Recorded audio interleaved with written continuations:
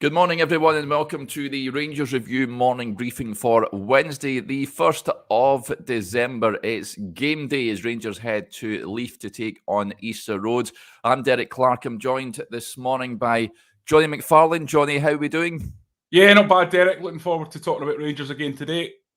Yeah, absolutely. And so many of you getting in touch already on the chat. Thank you, as always. And for those who have not subscribed to our YouTube channel, please do so you'll never miss a video when we go live on there. Aldo gets in touch as well. What's your match day thoughts? See your revenge tonight. Of course, big game, Johnny. It's just over a week since Rangers were dumped out of the League Cup at Hampden by the very same team. Very different circumstances now. It seems that almost a lifetime ago. Giovanni Van Bronckhorst has now came in. He's going to take charge. He's overseen 2 victories already. What sort of game are you expecting tonight? Yeah, it's going to be a really, really interesting one. I'm really, really looking forward to it, actually, because I think tactically it's going to be fascinating to see how both Hibs and Rangers approach this one. I don't think it's actually that detailed in terms of what Hibs are going to do. I think Hibs are going to do exactly the same as what they did the last time. That's going to suit them down to the ground with the pace they've got, with the quality they have up top. The thing is, though, that 3-5-2 formation they played, that was tailor-made to take down the style of Michael Beale and Steven Gerrard in terms of quick switches of play to the fullbacks, who are essentially wing-backs, obviously. And that really, really had an effect on the midfield. Now, Josh has talked a lot about the way the midfield 3 under Gerrard shuffled across towards the ball as a unit. And that left a lot of space on the other side. Good teams like Malmo, like Slavia, they would just take the ball on one side. The minute it shuttled over, they'd switch it really quickly, really accurately over to the other side. And all of a sudden, they had a massive overload. Hibs were trying to do that with a bit of success in the game at Hampden. And on top of that, of course, they put Kevin Nesbitt and Martin Boyle right up top, right on top of the last 2 defenders, Balogun and Goldson. And with Martin Boyle's pace, you just need to give him one sniff, one little yard, and he'll exploit it. And you saw that he did. You know, Hibs were up 3-0 after 38 or 39 minutes. So will they do that again? I wouldn't advise it if I was being asked by Jack Ross what to do, because I think Rangers have changed the way they play. It's as simple as that. Giovanni Van Bronckhorst has come in, and it's been easy for us in the media to say sort of there's been a little tweak here and there, but actually there's some changes that have been a little bit more fundamental to that 4-3-3. It's just because it's in the same shape, it doesn't really perhaps look like there's been that much done to it, but there has been a fair bit of work already. And those switches of play won't be effective under the way Van Bronckhorst is playing, or certainly won't be as effective. So I think that's going to be a major factor. And you just have to look at the way Rangers are stretching the pitch with Ryan Kent on one side and Yanis Hadji on the other. Ryan Kent, all of a sudden, rather than getting the ball at the halfway line with 5 players in front of him, he is getting the ball in dangerous areas with one man to beat. And you know Ryan Kent's going to beat that one man 9 times out of 10. But he's not going to beat 4 or 5, which is what was happening under Gerrard. So I think that's been a major improvement, and that will cause Hibs serious problems in this game. So, yeah, there's a lot to discuss. There's a lot to think about, and it's going to be really interesting to see how it pans out.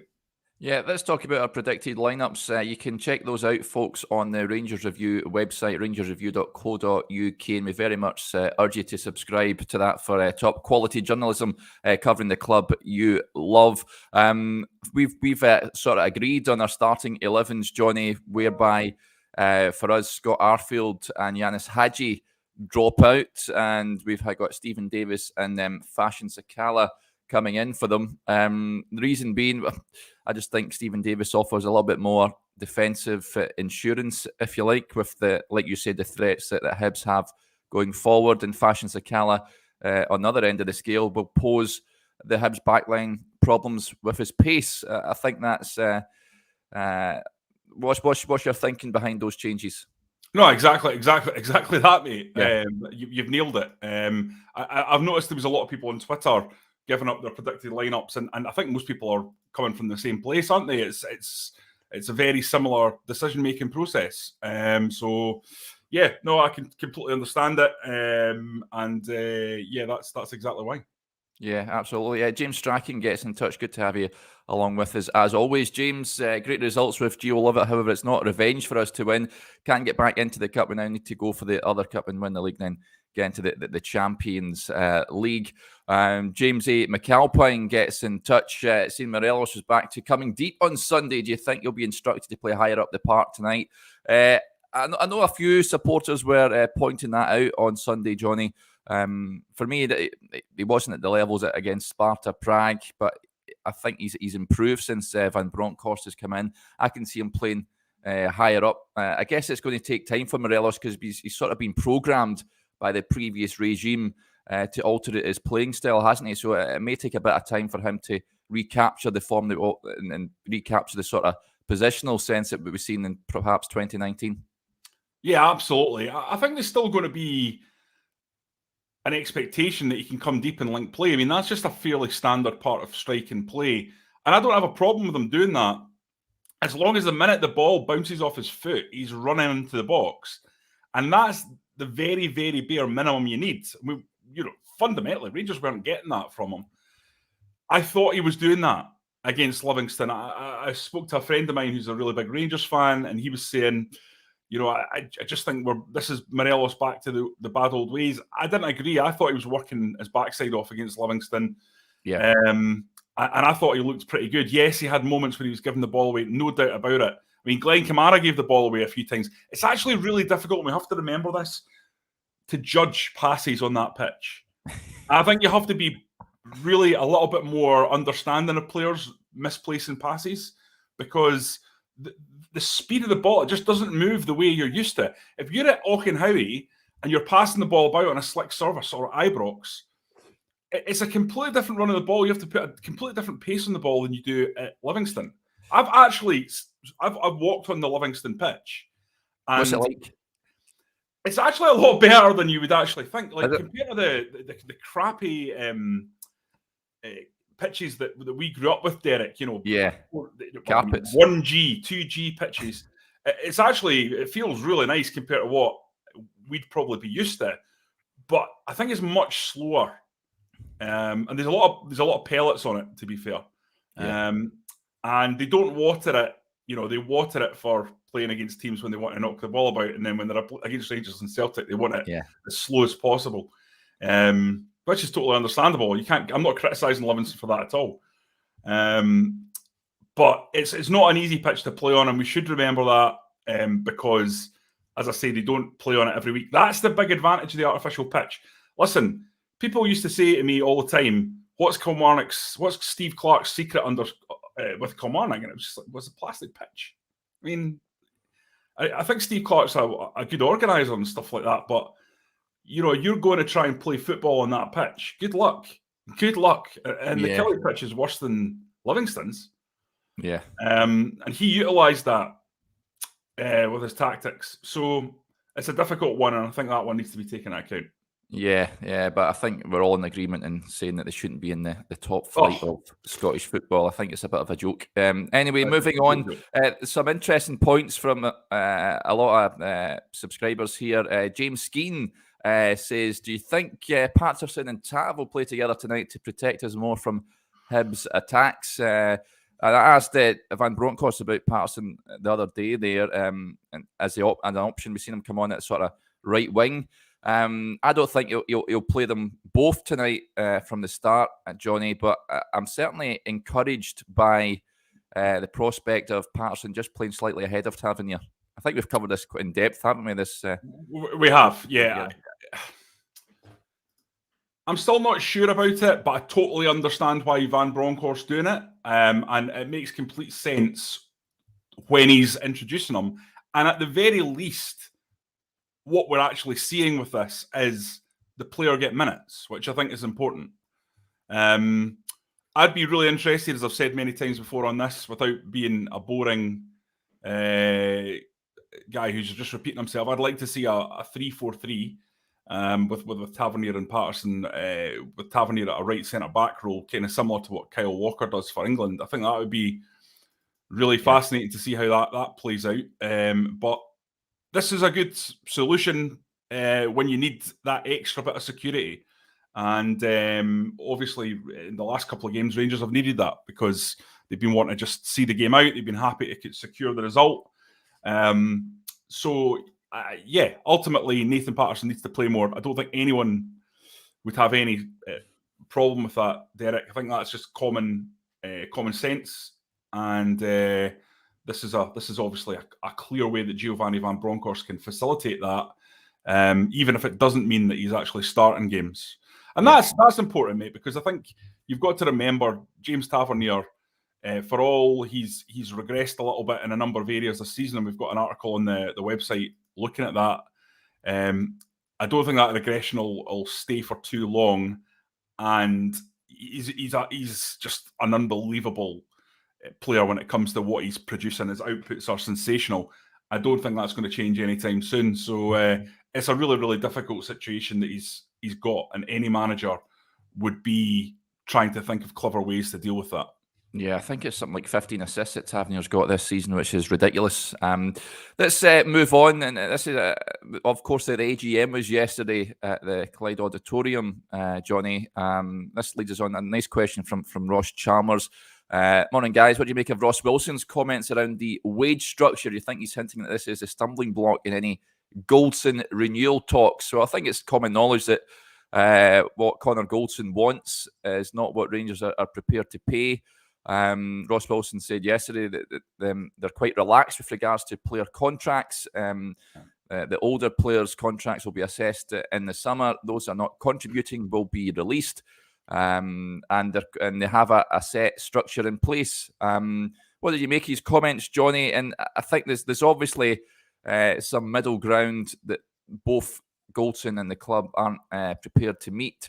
And that's why there's such an impasse, and that's why I think we both believe that Goldson may be on his way. Yeah, I believe that now. I think since the start of the season, with Rangers, you never know. I also thought Glenn Kamara would probably look to leave at some point over the next couple of windows, but he signed a new deal. Obviously, Goldson is wanting to secure his future. He's at that age, isn't he? He's 29. He's looking to get his last big contract. And simply put, Derek, because you're based down there, the money that you can get down in England, where they're essentially seeing you as a kind of squad player type contract, I would imagine will beat what he's offered at Rangers. Will he get the adulation down there? Will he get the pressure? Will he get the opportunity to win titles? Of course, probably not.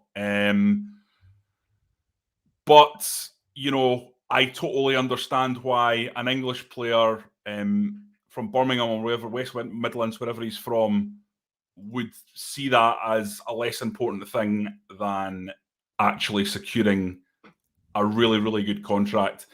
It's easy to forget that footballers have to secure their entire life with what they do aged between 18 and 35. Sometimes I think we forget that, when you're 40 and you can't get a job in coaching because it's extremely tough to get into, you've not got really a way of supporting your family. So you need to make that money and make it last for your life. You need to invest it intelligently. So the question is whether or not it's wise for Rangers to invest that kind of money into a player at that age. I'm increasingly thinking the best scenario for all concerned is for Connor Goldson, given what's happening, is to just go and get himself a club in the Championship or the Premier League and start afresh. I'm going to write a piece on this, Derek. My feeling is this is a perfect opportunity for Rangers not to go out into the transfer market, but to give the opportunity to Calvin Bassey or Leon King.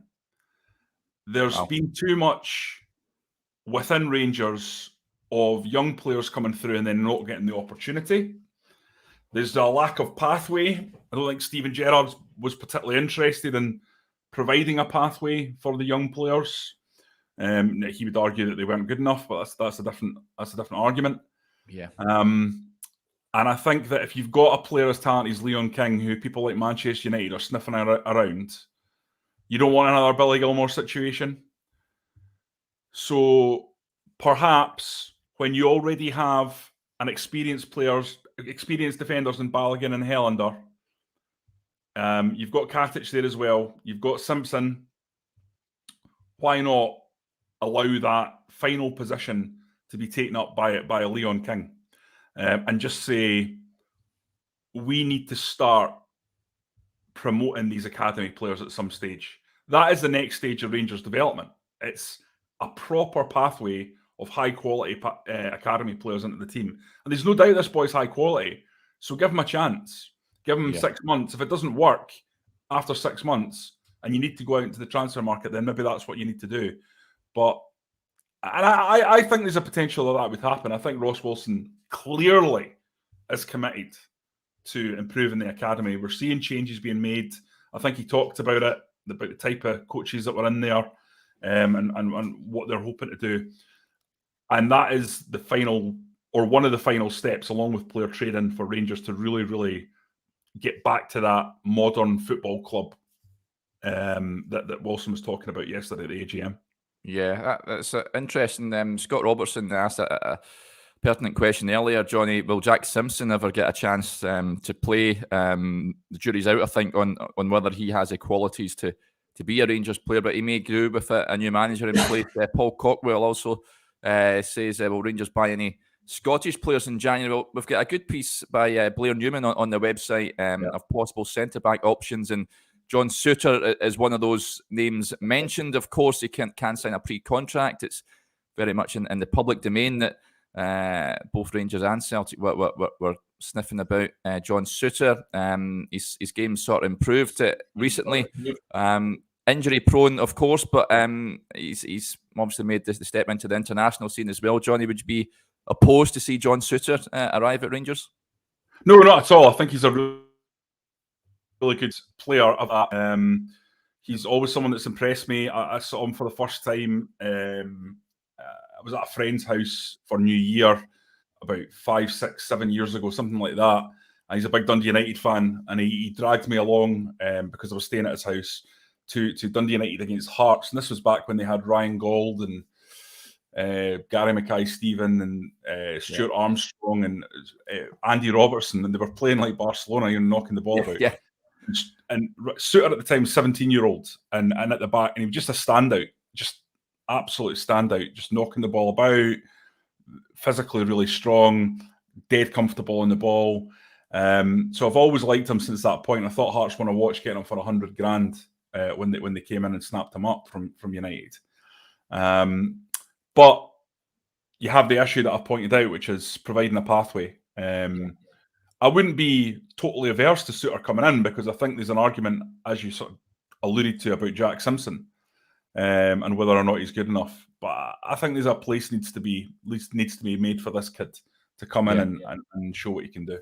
Yeah, absolutely. Okay, folks, that'll do us there. Thanks to everyone who's got in touch as ever. It's great to have your interacting with the show. Remember, if you haven't already done so, just hit the subscribe button on YouTube so you'll never miss a video when we go live. And also to subscribe to the Rangers Review site. It's just rangersreview.co.uk/subscribe. £2.99 a month to support top quality journalism covering the club you love. We've got some fantastic content on there today, so do go check it out. We'll be back tomorrow to review Rangers' display at Easter Road, but until then, enjoy the rest of your Wednesday.